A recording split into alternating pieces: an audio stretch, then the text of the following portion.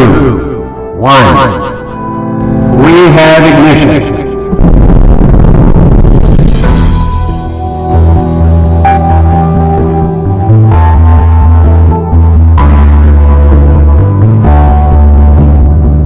नमस्कार दोस्तों, new study 24 में आप सभी का स्वागत है। इससे पहले की वीडियो मेजरमेंट के पार्ट 1 में हम लोग देखे हुए थे unit, types of unit, system of unit, और आज उससे आगे हम कुछ डिफिनीशंस हैं जो एग्ज़ाम में कभी कभी पूछे जाते हैं। तो आज हम कुछ डिफिनीशन है उसको हम एक्सप्लेन करने जा रहे हैं।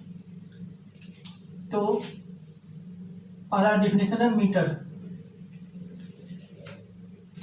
विद्युत चुंबकीय तरंग यानी प्रकाश द्वारा निर्वात में 1 सेकेंड के 1/229,792,458 यानी लगभग 3.33564,095 × 10⁻9 भाग में तय की गई दूरी को हम मीटर कहते हैं।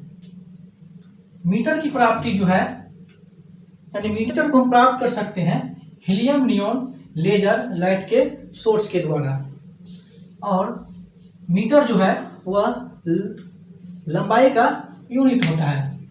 अब देखते हैं हम लोग some units of length, distance and its value, यानी कुछ लंबाई की जो है इकाई है और उसके कुछ वैल्यू है जो अक्सर एग्जाम में कभी कभी पूछ देते हैं।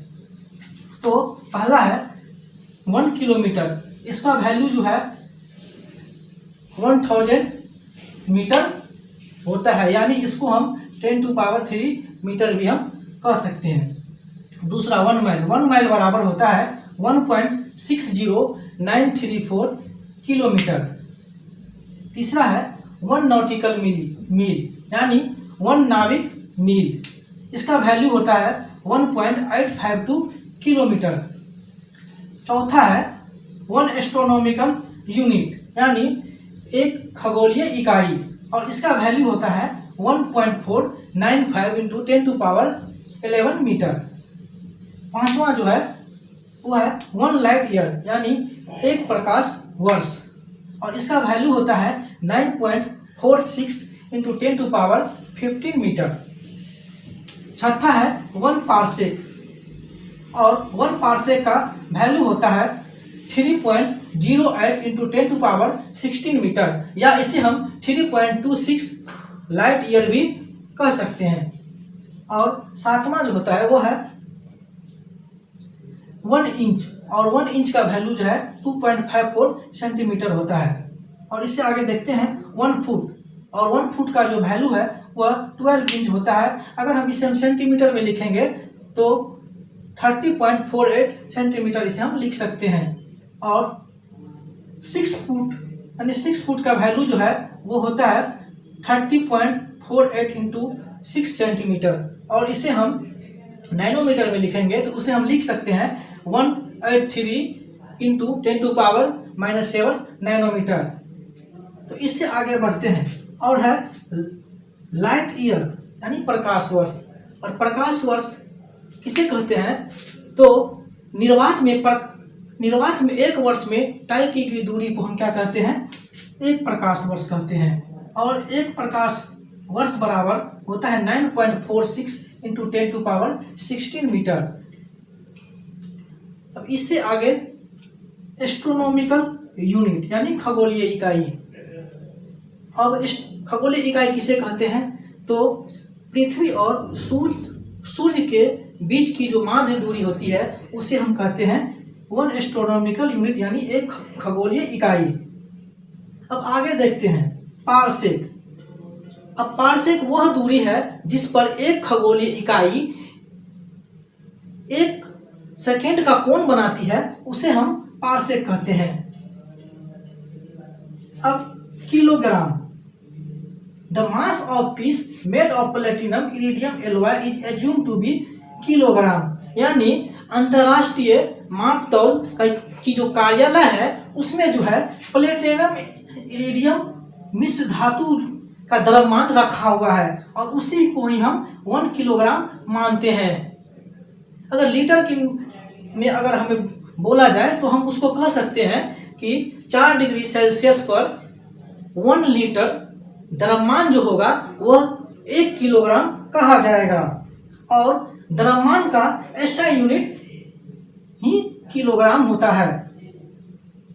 अब इसके लिए कुछ संस्थाएं हैं जैसे NPL और दूसरे हैं IBWM।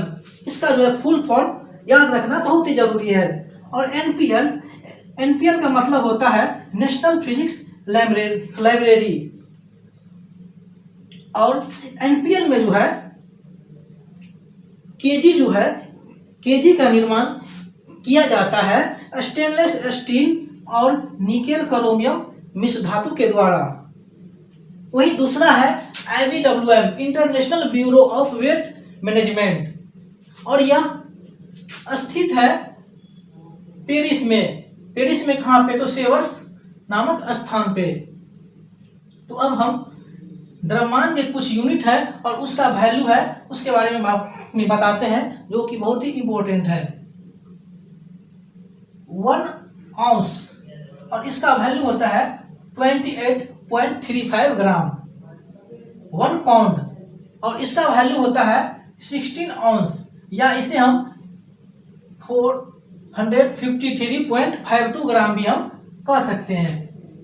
1 केजी का वैल्यू होता है 2.205 पाउंड या उसे हम ग्राम में 1000 ग्राम भी कहते हैं। 1 क्विंटल बराबर 100 केजी होता है और 1 मीट्रिक टन बराबर 1000 केजी होता है। 1 बैरल बराबर लगभग 159 लीटर के बराबर होता है। अब इससे आगे बढ़ते हैं और तीसरा जो डिफिनीशन वो है सेकेंड है। तो सेकेंड किसे कहते हैं? तो डोज टाइम इंटरवल वैसा समय अंतराल in which the caesium of atomic clock परमाणु घड़ी का जो सीजियम है वो पूर्ण करता है कंप्लीटेड द 91926317 टाइम्स। कितना बार? तो 91926317 बार। उसे ही हम कहते हैं क्या कहते हैं? तो 1 सेकेंड कहते हैं। तो 1 सेकेंड किसे कहते हैं? तो वैसा समय अंतराल जिसमें परमाणु घड़ी का जो सीजियम है वो 91926317 बार जो है पूर्ण करता है उसे हम कहते हैं 1 सेकेंड कहते हैं। और सेकेंड जो है वो टाइम का ऐसा यूनिट होता है। अब हम टाइम के कुछ यूनिट हैं और उसके वैल्यू है जो कि एग्जाम में पूछे जा सकते हैं।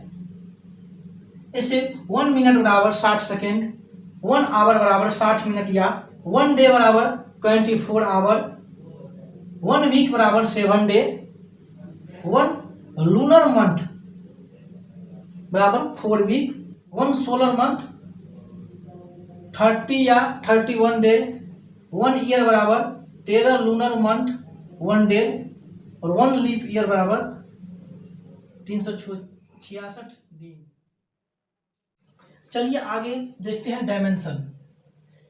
यह टॉपिक जो है डायमेंशन बहुत ही महत्वपूर्ण टॉपिक है। यहाँ से प्रत्येक एग्जाम में एक प्रश्न जो है आते ही आते हैं, किसी भी लेवल की एग्जाम हो। तो इसलिए यह डायमेंशन जो है विमाएं बहुत ही महत्वपूर्ण टॉपिक है। अब डायमेंशन क्या होती है? तो किसी भी भौतिक राशियों को व्यक्त करने के लिए मूल राशियों के संकेत पर कुछ घात लगाकर जब हम उसे गुणनफल के रूप में लिखते हैं तो उसे हम क्या कहते हैं? डायमेंशन कहते हैं। तो अब हम कैसे समझेंगे? तो यहाँ पे बोल ही रहा है कि किसी मूल राशि के, और मूल राशि कौन हुआ? लेंथ हुआ, मास हुआ, टाइम। इससे पहले हम देखे हुए थे कि फंडामेंटल क्वांटिटी में मूल राशि, लेंथ, मास और टाइम। तो यहाँ पे बोला जा रहा है किसी भी मूल राशि के संकेत। अब मूल राशि का संकेत क्या हुआ? तो ये मूल राशि है लेंथ और लेंथ का संकेत क्या होगा? एल। और मूल राशि हुआ मास और मास का संकेत क्या होता है? एम। और टाइम का संकेत क्या हुआ? टी। तो यहाँ पे बोला जा रहा है कि किसी भी मूल राशि के संकेत यानी एल यानी इस संकेत पर कुछ घात लगाकर, अब घात क्या हुआ, जैसे हम लिख देते हैं स्क्वायर, लिख देते हैं क्यूब, लिख देते हैं, उसी प्रकार कुछ घात लगाकर उसको जो है हम बट्टा में नहीं लिखते हैं। यहाँ पे स्पष्ट बोला जा रहा है कि हम उसको गुणनफल के रूप में व्यक्त करते हैं, तो हम उसे क्या कहते हैं, डायमेंशन कहते हैं। तो सबसे पहले हमें डायमेंशन के अंतर्गत जो है हमें यह याद रखना होगा। यह इससे पहले हम ये भी देखे थे कि लेंथ का मात्रक होता है मीटर, तो हमें ऐसे मात्रक पे नहीं जाना है, कोई भी मात्रक पे नहीं जाना है। तो लेंथ के रूप में जो है हम उसका संकेत यूज क्या करेंगे, यहाँ पे बीमा के लिए एल का यूज करेंगे, और मास के लिए जो है हम एम का यूज करेंगे, और टाइम के लिए टी का यूज करेंगे, और इलेक्ट्रिक करंट के लिए ए का यूज करेंगे, और टेम्परेचर के लिए के का यूज करेंगे, और ल्यूमिनस इंटेंसिटी यानी ज्योति तीव्रता के लिए जो है सी डी का यूज करेंगे, और अमाउंट ऑफ सबस्टांस के लिए जो है यहाँ पे हम मोल। लेकिन इसमें ये कोस्ट जो है ये आप डालना नहीं भूलिएगा, क्योंकि इसके नीचे हम बताने वाले हैं और उसमें आपको स्पष्ट दिखाई देगा ये कोस्ट जो है ये हमेशा जो है घिरा रहता है। तो और दूसरी बात यहाँ पे हमको याद रखना है कि डायमेंशन कभी भी क्वेश्चन में आ सकता है, डायमेंशन को घुमा के दे सकता है। डायमेंशन दिया रहेगा और इसका बोलेगा इसका जो है यूनिट बता दो इस डायमेंशन का, और कभी बोलेगा कि डायमेंशन यूनिट दिया रहेगा और बोलेगा कि इसका डायमेंशन बता दो। तो यहाँ पे स्पष्ट याद रखना आवश्यक है कि फंडामेंटल यूनिट यानी कोई भी मूल मात्रक को हम डायमेंशन के रूप में लिख सकते हैं, और कोई भी डायमेंशन को जो है हम फंडामेंटल यूनिट के रूप में हम व्यक्त कर सकते हैं। तो जैसे फंडामेंटल यूनिट ऑफ एरिया यानी एरिया का जो है मूल मात्रक, हम लोग देखे थे इससे पहले मात्रक में कि एरिया का मात्रक क्या होता है, मीटर स्क्वायर होता है। अब कैसे, टू एल होता है। तो हम क्या करते हैं, यहाँ पे डायमेंशन के रूप में अगर हम लिखेंगे ऐसा मात्रक को यानी मीटर को, तो हम इसको लिख सकते हैं एल स्क्वायर। और वही अगर हमको पूछ देता है डायमेंशन ऑफ एरिया मतलब एल स्क्वायर है, तो इसको हमको कोई ऐसा ही फंडामेंटल यूनिट में लिखना है, तो इसको हम लिख सकते हैं मीटर स्क्वायर। तो इस तरह स्पष्ट हो जाता है कि फंडामेंटल यूनिट को हम डायमेंशन में लिख सकते हैं और डायमेंशन को जो है हम फंडामेंटल यूनिट के रूप में लिख सकते हैं। तो आइए हम आगे देखते हैं कुछ एग्जाम्पल, इसके द्वारा स्पष्ट हो जाएगा कि डायमेंशन किस प्रकार हम लिखते हैं। जैसे एरिया, अब एरिया का मात्रक होता है, हम यूनिट देखे हैं मीटर स्क्वायर होता है। अब मीटर जो है किसका मात्रक है, तो लेंथ का मात्रक है। तो यहाँ पे जो है हम लिख देंगे L2। अब जैसे है वॉल्यूम, अब वॉल्यूम का भी मात्रक होता है मीटर क्यूब। अब मीटर जो है यहाँ पे किसका यूनिट, तो वो भी लेंथ का, तो इसलिए हम यहाँ पे लिख देते हैं L3। अब देखिए डेंसिटी हम जानते हैं किलोग्राम पर मीटर क्यूब, इससे पहले हम देखे थे। तो यहाँ पे किलोग्राम क्या है, मास है, तो हम लिख दिए यहाँ पे मास m।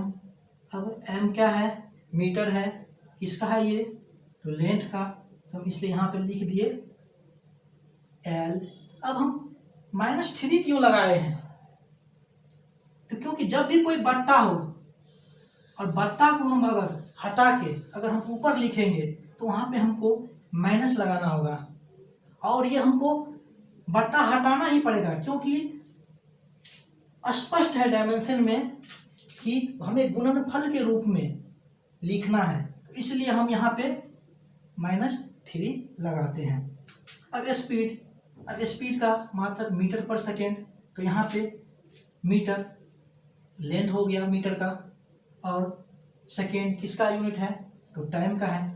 और यहाँ पे मीटर पर सेकेंड है यूनिट में, अगर हम ये सेकेंड वाला जो बट्टा हटाएंगे तो ये ऊपर चले जाएगा, और ऊपर जैसे ही जाएगा तो एल मीटर का हो गया एल, और ऊपर गया तो टी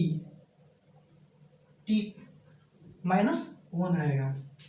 अब जैसे वेलोसिटी है, वेलोसिटी का यूनिट हम जानते हैं मीटर पर सेकेंड होता है। अब इसमें भी है, हमको क्या करना पड़ेगा, जब हम पर सेकेंड को ऊपर देंगे तो T-1 लिखना पड़ेगा। और उससे पहले हमको क्या है, मीटर है, और मीटर का यूनिट लेंथ होता है, और T का क्या होगा, T-1 होगा। लेकिन हमको यहाँ पे याद रखना है कि हमें ये कोष्ठ नहीं छोड़ना है, हमें कोष्ठ प्रत्येक में लगाना ही है। अब इसी प्रकार देखते हैं एक्सीलरेशन यानी त्वरण। अब इसका जो यूनिट हमें पता है मीटर पर सेकेंड स्क्वायर होता है, और मीटर का यूनिट L हुआ, और पर सेकेंड स्क्वायर जब बट्टा टूटे का गुणनफल के रूप में जाएगा तो -2 लग जाएगा, तो इसलिए यहाँ पे LT-2 हो गया। जैसे फोर्स, ये बहुत ही इंपॉर्टेंट है, लगभग 1-2 एग्जाम के बाद हमेशा ये रिपीटेड होता रहता है। फोर्स की, फोर्स का डायमेंशन बता दो। तो फोर्स का जो है हम जानते हैं कि यूनिट होता है किलोग्राम मीटर पर सेकेंड स्क्वायर। अब किलोग्राम क्या है, मास है, मास का यूनिट है, तो इसलिए हम दे दिए m दे दिए, और मीटर इंटू मीटर, तो हम यहाँ पे इंटू लगा दिए, लेंथ का मात्रा है तो L लगा दिए, और पर सेकेंड स्क्वायर है, तो इसलिए हम इसको अगर हम गुणनफल के रूप में हम इसको लिखते हैं तो T-2 हो जाता है। तो हम इसको हम बोल सकते हैं mLT-2। यह बहुत ही VBI है। अब मोमेंटम का ऐसा यूनिट भी होता है किलोग्राम पर मीटर सेकेंड, किलोग्राम मीटर पर सेकेंड। तो इसे भी हम लिख सकते हैं, किलोग्राम को m लिख सकते हैं मास, और मीटर को इंटू L, और बट्टा में लगा है तो इसको अगर हम बट्टा को अगर हम ऊपर गुणनफल के रूप में देंगे तो -1 लग जाएगा, तो इसलिए यहाँ पे हो गया mLT-1। इसी प्रकार हम देखते हैं इम्पल्स, आवेग, फोर्स इंटू टाइम इंटरवल, इसका सूत्र होता है, और इसका यूनिट जो है किलोग्राम मीटर पर सेकेंड स्क्वायर इंटू सेकेंड होता है। ये क्या हुआ, ये फोर्स का आ गया, फोर्स का ये होता है किलोग्राम मीटर पर सेकेंड स्क्वायर, और टाइम इंटरवल का सेकेंड। तो इस प्रकार हम लिख सकते हैं, किलोग्राम का m लिख सकते हैं, और जब इसको हम तोड़ेंगे तो हमारा mLT-1 हो जाएगा। और अगला है प्रेशर, और प्रेशर का यूनिट होता है किलोग्राम पर मीटर स्क्वायर। अगर हम इसको हम लिखते हैं तो किलोग्राम का हो गया m, और बट्टा लग गया यहीं से, मतलब m पर भी m भी बट्टा में है, और सेकेंड भी जो है बट्टा में है, तो इसको हमें गुणनफल के रूप में लिखना है, तो हम इसको भी लिख सकते हैं m का मीटर का L-1, और टाइम का यानी सेकेंड का टाइम T-2 लिख सकते हैं। तो इस प्रकार जो है प्रेशर, इस प्रकार हम डायमेंशन लिख सकते हैं। अब इसके अलावा कुछ हमारे स्क्रीन पर आपको चार्ट दिखाई दे रहे होंगे, आप उसे भी देख ले, और उसको हमेशा देखने का प्रयास करके एग्जाम में जब भी जाए एक बार जरूर देख ले। लेकिन इनको, फोर्स को और प्रेशर को जरूर देखे, क्योंकि यहाँ से क्वेश्चन बहुत बार आ चुका है। तो आज का वीडियो यहीं तक। अगर आप इस चैनल को सब्सक्राइब नहीं किए हैं तो ज़रूर इस चैनल को सब्सक्राइब कर ले, और कमेंट ज़रूर करें, और दोस्तों के पास कोई भी सोशल मीडिया प्लेटफॉर्म हो उसके माध्यम से आप शेयर करना ना